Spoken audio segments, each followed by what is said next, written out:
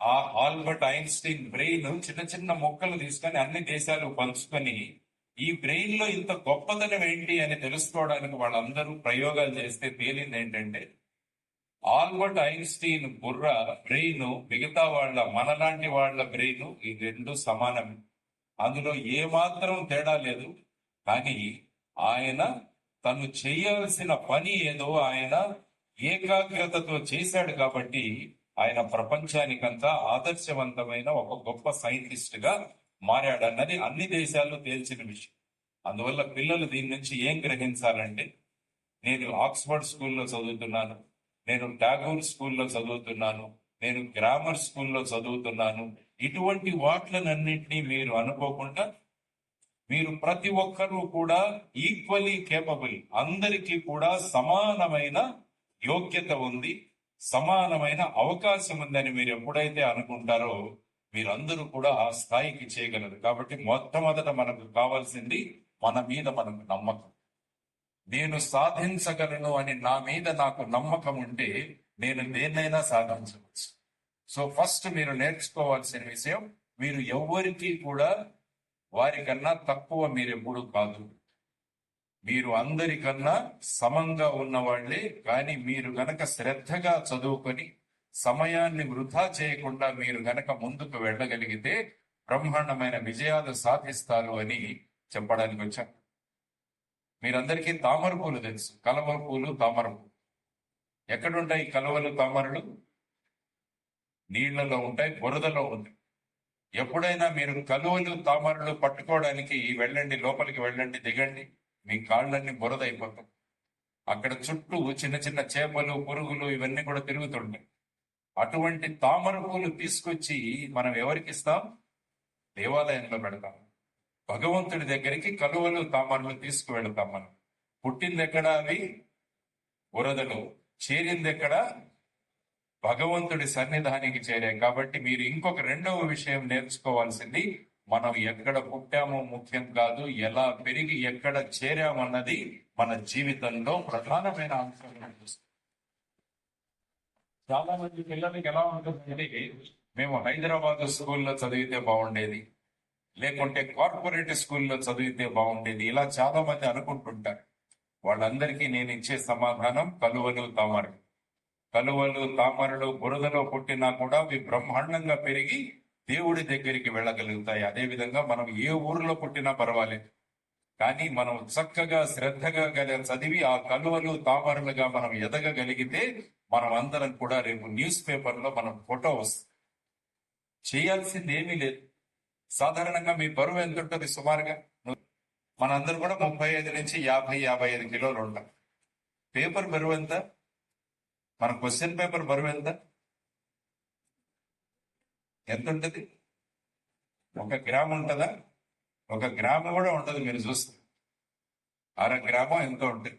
కాబట్టి 50 కేజీల మనిషి 1/2 గ్రామ్ పేపర్ కు భయపడుతున్నాడు. అది ఎక్కడైనా సాధ్యమా? అది.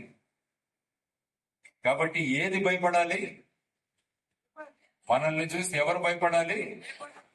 క్వశ్చన్ పేపర్ భయపడాలి మనల్ని చూసి. మనం క్వశ్చన్ పేపర్ చూసి భయపడ్డాం కాదు, క్వశ్చన్ పేపరు మనల్ని చూసి భయపడాలి అన్నది మీరు మనసులో సంకల్పం చేసుకోండి.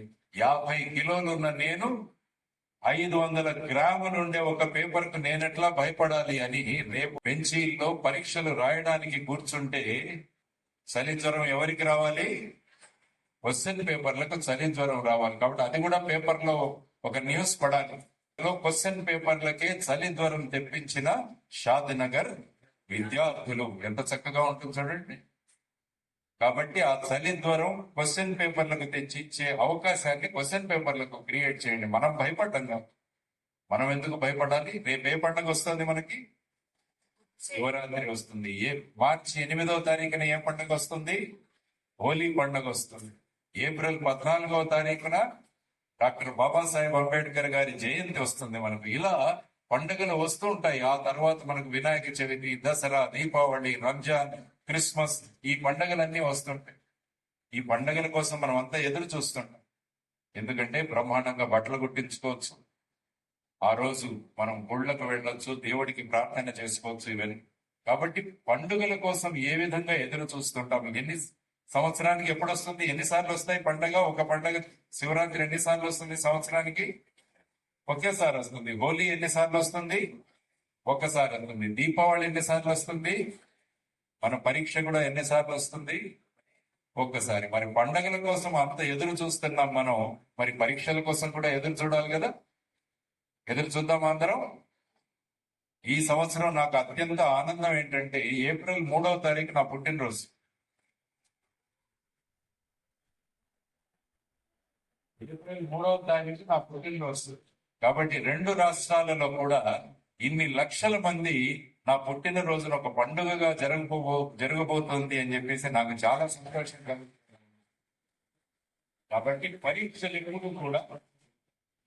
ఎప్పుడు కూడా ఎలా జరుపుకోవాలి? మనం పండగలాగా జరుపుకోవాలి. ఎదురు చూడాలి పండగ కోసం. ఎందుకంటే ఒక సంవత్సరంలో మీరు ఈ సంవత్సరం అంతా నేర్చుకున్నది ప్రదర్శించడానికి ఒక అద్భుతమైన అవకాశం, ఒక గొప్ప అవకాశం మీ అందరికీ ఉంది. తీర్థ రామస్వామి అని ఒక ఆయన ఉన్నారు. తీర్థ రామస్వామి, ఆయన గురించి ఎప్పుడైనా చదవండి. ఆయన మీలాగా 10th క్లాస్ స్టూడెంట్ ఉన్నప్పుడు అప్పుడు వాళ్ళ పేపర్లో 13 క్వశ్చన్లు అడిగి 9 క్వశ్చన్లకు ఆన్సర్ రాయమని వాళ్ళు చాయిస్ ఉండేది, 4 ప్రశ్నలు. తీర్థ రామస్వామి మీలాగా వనంలో ఉన్నాడు. అతను ఏం చేసేవాడంటే 13 ప్రశ్నలు రాసేసేవాడు. 13 ప్రశ్నలకి సమాధానాలు రాసేసి పైన రాసేవాడు, ఈ 13లో ఏ 9 అయినా మీరు కరెక్ట్ చేసుకోండి, నాకు 100కి 100 మార్కులు వస్తాయని పేపర్ దిద్దే వాళ్లకు ఛాలెంజ్ విసిరేవాడు అనమాట. అలాంటి తీర్థ రామస్వామి ముందుకు రావాలి. చాయిస్ కోసం పెట్టకూడదు ఎప్పుడు. జీవితంలో చాయిస్ ఉండదు మనకి. కాబట్టి క్వశ్చన్ పేపర్ లో కూడా చాయిస్ వెతకండి. ఏ ప్రశ్న అడిగినా కూడా ఆన్సర్ చేసే విధంగా మనం తయారుగా ఉండాలి. ఆ విధంగా మనం కనుక ప్రిపేర్ అవుతే ఇంకా సమయం ఉంది మనకి. ఏప్రిల్ 3వ తారీఖు, ఈరోజు ఫిబ్రవరి 17. చీమ మిడత కథ తెలియాలి. చీమ మిడత కథ. ఒకసారి ఒక చీమలు చూసారా ఎప్పుడైనా? ఎంత డిసిప్లిన్డ్ గా ఉంటాయి అవి. లైన్ లో వెళతాయి, లైన్ లో వస్తాయి, ఎప్పుడు చూసినా కూడా పని చేస్తుంటాయి. ఒకరోజు ఆ చీమ వెళుతూ ఉంటే ఒక మిడత వచ్చిందంట. ఆ మిడత వచ్చి అడిగిందండి, ఎందుకు నువ్వు ఇంత కష్టపడుతున్నావు అంటే చీమ అనిందట, వర్షాకాలం రాబోతుంది, దానికోసం నేను. కానీ చీమ పట్టించుకోలేదు. తన పని తను చేస్తూనే వెళ్ళిపోతూ ఉంది, చేస్తూనే వెళుతుంది. వర్షాకాలం వచ్చింది. చీమ బ్రహ్మాండంగా తన గూటిలో కూర్చొని అన్ని రోజులు సేకరించిన ధాన్యాన్ని బ్రహ్మాండంగా తింటూ కూర్చొని. కానీ మిడత అప్పుడు లేచి ఏదైనా ఆహారం తీసుకోవాలని ప్రయత్నిస్తే వర్షాలు పడ్డాయి. కాబట్టి మిడత బతకలేకపోయింది. అందువల్ల మీ దగ్గర కూడా మిడతలు వస్తుంటాయి. మిడతలు వచ్చి చెబుతుంటాయి, ఇంకా ఏప్రిల్ 3వ తారీఖు చాలా రోజులు ఉందిలే, సినిమా కొత్తది వచ్చింది, ఓటీటీలో సినిమా రిలీజ్ అవుతుంది, క్రికెట్ మ్యాచ్ ఈ రోజు నుంచి సెకండ్ టెస్ట్ ఉంది ఇండియా ఆస్ట్రేలియా. కాబట్టి ఇలాంటి మిడతలు వచ్చి మిమ్మల్ని డిస్టర్బ్ చేసే ప్రయత్నాలు చేస్తుంటారు. కానీ చీమల్లాగా మీరేం చెప్పాలి? నా పనిలో నేను నిమగ్నమై ఉన్నాను, నేను ప్రతిరోజు చేయాల్సిన పనిని నేను సక్రమంగా చేస్తాను, నువ్వు కావాలంటే వెళ్ళి చూసుకో. నేను 10వ తరగతిలో బ్రహ్మాండమైన విజయాన్ని సాధించడమే నా లక్ష్యంగా పెట్టుకున్నాను. కాబట్టి నువ్వు నాకు ఇలాంటి సలహాలు ఇవ్వకు అని చెప్పగలిగితే మీ ఫోటో ఎక్కడొస్తుంది? పేపర్లో వస్తుంది. కాబట్టి మిడతల దగ్గర నుంచి జాగ్రత్తగా ఉండండి. ముఖ్యంగా అబ్బాయిలు. మిడతలు, చాలా మంది మిడతలు ఉంటారు మీరు. కాబట్టి చీమే జయిస్తుంది ఎప్పుడు యుద్ధాన్ని. అందువల్ల ఈ మిడతలు ఏవైనా వస్తే వాటికి చెప్పేసి దూరంగా పంపిస్తూ ఉండండి మీరంతా. ఇది చెప్పాల్సిన ఇంకొక ముఖ్య విషయం. పివి సింధు తెలుసా మీ అందరికి? పివి సింధు ఏం చేసింది?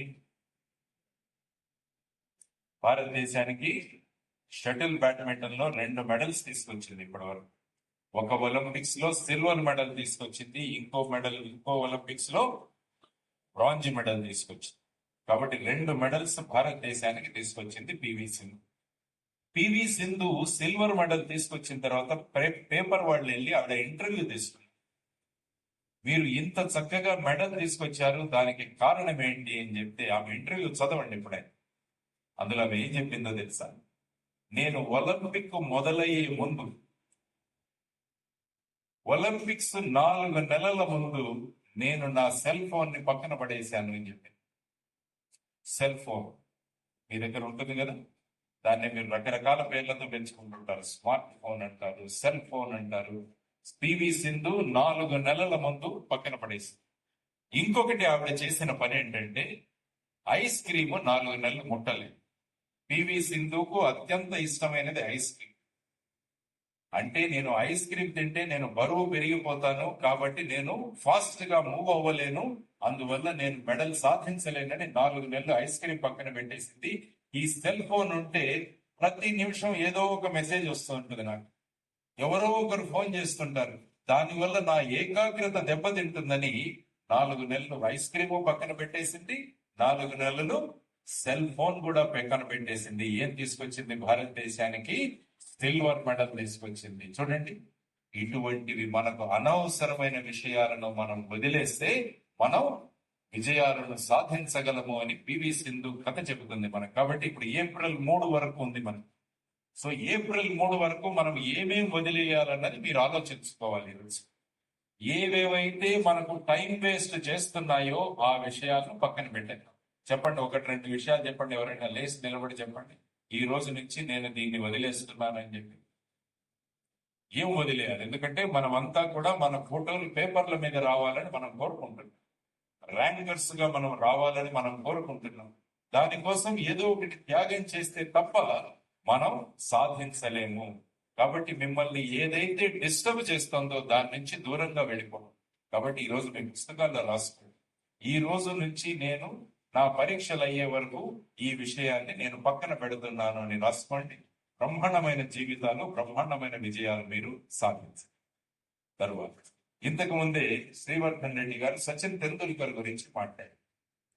సచిన్ తెందుల్కర్ కి మిగతా ప్లేయర్స్ కి తేడా ఏంటి అని ఒక ఇంటర్వ్యూలో సచిన్ తెందుల్కర్ అడిగితే ఆయన ఏమన్నాడంటే, నేను మిగతా వాళ్ళకన్నా 4 సెకండ్ల ముందే ఆ బాల్ ని చూడగలను. అంటే నాకు ఒక సమయం పడుతుంటే సచిన్ తెందుల్కర్ కి నాకన్నా 4 సెకండ్ల ముందే ఆ బాల్ ని చూడగలను. ఎందుకంటే ఆ కాన్సన్ట్రేషన్, ఏకాగ్రత.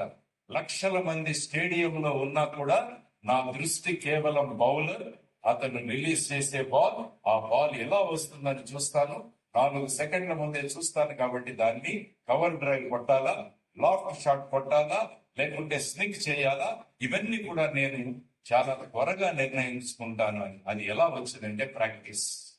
నేను ప్రాక్టీస్ చేయడం వల్ల వచ్చింది. కాబట్టి విజయాలు ఎప్పుడు కూడా ప్రాక్టీస్ చేస్తే వస్తుంది. మనకు దూరదృష్టి ఉండాలి అని సచిన్ తెందుల్కర్ గురించి మనం చదువుకోవాలి. చూడండి, ఆ విధంగా మీరు రేపు పేపర్లో ఏ విధమైన ప్రశ్నలు రాబోతున్నాయని మీరు ఇప్పుడే మీరు అంచనా వేయాలి. అందరికన్నా సచిన్ తెందుల్కర్ ఏ విధంగా ముందే పసిగడతాడో ఆ విధంగా మీరు కనుక బ్రహ్మాండమైన విజయాలు సాధించగలన్నది మీరు నేర్చుకోవాలి. ఆ తర్వాత ఒక ఊరికి ఒక శిల్పి వచ్చాడు. ఒక శిల్పి వచ్చాడంటే శిలుడు, మంచి బ్రహ్మాండమైన శిల్పాలు తయారు చేసే వ్యక్తి వచ్చాడు. ఆ ఊర్లో ఒక గుడి కట్టించారు. ఆ గుడి కట్టించినప్పుడు అందులో ఒక శిల్పాన్ని తయారు చేయాలి. ఆ ఊరికి శిల్పి వస్తే శిల్పం తయారు చేయాలని 2 రాళ్లను చూపించారంట ఆ ఊరి వాళ్ళు. 2 రాళ్లు ఉన్నాయి, ఈ 2 రాళ్లలో మీరు ఏదైనా ఒక శిల్పాన్ని తయారు చేయండి అంటే ఆ శిల్పి మర్యాద వస్తుంది. వెళ్ళి మొదటి రాయిని అడిగాడండి, నేను శిల్పంగా తయారు చేయాలి, నిన్ను శిల్పంగా మార్చనా అంటే ఆ రాయి నిందండి, లేదు లేదు లేదు, నువ్వు ఉలి తీసుకుంటావు, శుద్ధి తీసుకుంటావు, నన్ను కొడతావు, కాబట్టి నాకు చాలా నొప్పి కలుగుతుంది, నన్ను చేయకు అని నమస్కారం పెట్టింది. 2వ రాయి దగ్గరికి వెళితే ఆ రాయి బ్రహ్మాండంగా అంతకన్నా అదృష్టమన్నారు. నేను ఆలయంలోకి వెళ్ళి ఒక దేవుడిగా మారబోతుంటే మీరు ఏమైనా చేయండి, నన్ను శిల్పంగా మార్చండి అని అడిగింది. బ్రహ్మాండంగా 2వ రాయిని తీసుకొని అందమైన శిల్పంగా మారిస్తే ఆ ఊరి వాళ్ళందరూ దాన్ని తీసుకువెళ్ళి ఆలయంలో పెట్టారు. రోజు పూజలు, పునస్కారాలు, ప్రసాదాలు ఇవన్నీ సమర్పించుకుంటూ ఉన్నాను. కొబ్బరికాయలు తీసుకురావడం మొదలు పెట్టారు భక్తులు. ఈ కొబ్బరికాయలు కొట్టడానికి ఒక రాయి కావాలని అనుకున్నాడు. అప్పుడు ఏముంది మన మొదటి రాయి రెడీగా ఉంది. కాబట్టి ఈ శిల్పం తయారు చేయడానికి 2 నెలలు ఆ రాయి కష్టం భరించింది. కానీ నాకు బాధ వద్దు అన్న మొదటి రాయి జీవితాంతం కొబ్బరికాయలు కొట్టించుకుంటూనే ఉందన్నమాట దానికి. కాబట్టి మొదట కష్టం వద్దు మాకు అనుకున్నవాడు జీవితాంతం కష్టపడాల్సి వస్తుంది. కష్టమైనా పర్వాలేదు అనుకున్నవాడు భగవంతుడిలాగా పూజలు అందుకుంటాడు అన్నది మనం ఈ కథ నుంచి గమనించాల్సిన అంశం. కాబట్టి దీని నుంచి మీరు తీసుకోవాల్సిన విషయం ఏంటి? కష్టపడదాం. కష్టపడితే మనకు విజయాలు సాధించగలం. రేపు అమ్మా నాన్నల్ని విమానాల్లో తిప్పగలం మనం. అమ్మా నాన్నలు గర్వంగా మనల్ని చూసి మాట్లాడుకోగలరు అని మీరు ఇప్పుడు కష్టపడడానికి సిద్ధమవుతే మీ జీవితం అంతా కూడా బ్రహ్మాండంగా మారుతుంది. కానీ ఇప్పుడు కష్టం వద్దు, క్లాసులు ఎగరగొట్టాలి, పాఠాలు వినకూడదు, ఎక్కడైనా తిరుగుదాం, చెడు తిరుగుళ్ళు తిరుగుదాం, పక్కవాడితో మాట్లాడదాం, ఇటువంటి ఆలోచనలు ఉన్నవాడు జీవితాంతం కూడా అమ్మా నాన్నలు కూడా వాడిని చూసి విసుక్కుంటారు. ఇటువంటి వాడు ఏంట్రా మనకు పుట్టాడు అని చెప్పేసి. కాబట్టి ఆ శిల్పం నుంచి మీరు నేర్చుకోవాల్సిన అంశం ఏంటంటే కష్టాలు భరిద్దాం, ఆ తర్వాత సుఖపడదాం. వెదురు ఉంటుంది, వెదురు చెట్టు, వెదురు తీసుకుంటే దాన్ని బ్రహ్మాండంగా మనము దానిలో కొన్ని రంధ్రాలు వేసి దాన్ని బ్రహ్మాండంగా ఫ్లూట్గా వాయించవచ్చు. కానీ ఆ వెదురు కూడా కష్టం సహించాలి. కష్టం సహిస్తేనే వెదురు వేణువుగా మారుతుంది. కాబట్టి జీవితంలో ఏది కూడా కష్టపడకుండా మనకు రాదు. రేపు పరీక్షల్లో కూడా విజయాలు బ్రహ్మాండంగా సాధించాలంటే మనము ఈ సమయంలో కష్టపడాలి అని మీరు నిర్ణయించుకోండి. మీ పుస్తకాల్లో రాసేసుకోండి, నా పరీక్షల కోసం నేను ఎంత కష్టపడాలో నేను కష్టపడతాను అని మీరు బ్రహ్మాండంగా రాసేసుకోండి. విజయాలు మీకు చేకూరుతాయన్నమాట. సో ఆ విధంగా మనిషి కష్టపడడానికి సిద్ధంగా ఉండాలి.